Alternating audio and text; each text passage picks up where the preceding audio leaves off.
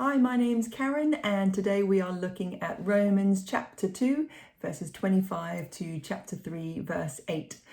In preparing for this, I found a few resources really helpful, which I would love to share, and hopefully it will bless you as you read through Romans and study it daily with this Bible in a year. We're right at the beginning of the book of Romans, so it's probably quite helpful to have this now rather than at the end. So the first one is to read the book of Romans in the Message version of the Bible. I found that really helpful. The second thing was listening to Andrew Wilson on YouTube. He does a reading of Romans. This was really helpful in that the intonation of his voice, breaking down the sentences so that you can begin to absorb what you're hearing and think through and be able to just align things that you can say, oh, I understand that. So that was really helpful for me. The second thing is Martin Lloyd-Jones's preaching and his commentary. I found that breaking it down verse by verse, line by line, sometimes word by word. So that was that will really bless you if you're wanting to go into deeper study. And then for this particular part of Romans where Paul's talking about circumcision, and that's where our passage starts today, Matt Carville's preached on the 27th of June when he was preaching on Genesis 17, was really enlightening, and I think will help us understand where Paul is coming from today, understanding some of that Old Testament context. Yeah, so hopefully that will bless you.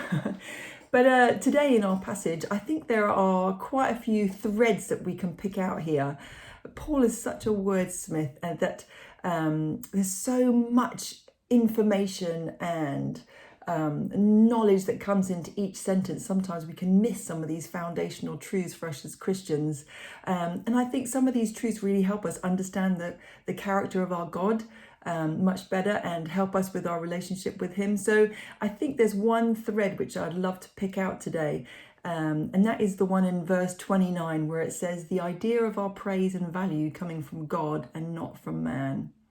So Paul is trying to speak into the readers of this letter that it's not about what you are seen to be doing or the things that you are trying to do as like the outward sign, but God is interested in the matter of the heart. So seeking God's appraisal is a priority here rather than that of those around you.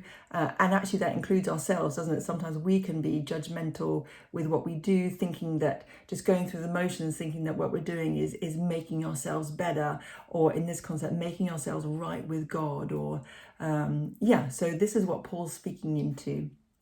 Because we know as Christians, with having faith in God, trusting that he is our God, he's our creator, he knows us, he loves us. Galatians 2 says, we know that a person is not justified, we're not made right with God by the works of the law, but through faith in Jesus Christ.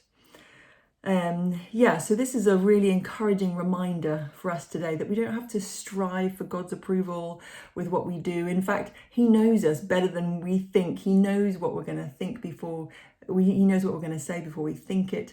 He knows that all of us, our history, our future, our present.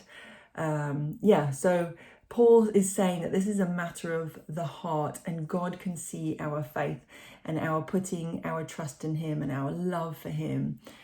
I think many of you would be familiar with the verse in 1 Samuel about the Lord saying to Samuel, don't look on the appearance or what he looks like, the height of his stature, but the Lord sees, not as man sees, but man looks on the outward appearance, but the Lord looks on the heart. And God sees what's in our heart and he calls it precious. It's of great value to him. And God reveals his love for us to our hearts through the Holy Spirit, Romans 5 says. And this is his gift to us this morning, that before we've done anything, we are in him, approved, valued, accepted. He calls us to come close. He draws us close and he says, come into my throne room with thanksgiving. And this is what we want to do today, isn't it? Wesley says of this letter to the Romans, he read it, he heard it being read aloud, and he said the Holy Spirit through this book moved his heart, so that gave him such assurance that his sins were taken away and he was forgiven. It transformed his living in the Lord. And it was this that gave him his true value as a forgiven soul, affirmed and accepted by God, not because of what he had done, but because God revealed his love to him and his divine favor upon him. So friends, this is our prayer today, that we too can know this assurance and forgiveness, not by our own merit, but by faith in God who values us unconditionally. So I just pray the blessing of God on you as you dwell in him, as you seek his face, as you seek to understand, as you just dwell on the knowledge that it is by faith. It is him who calls us. It's his gift to us today. Bless you guys. Bye.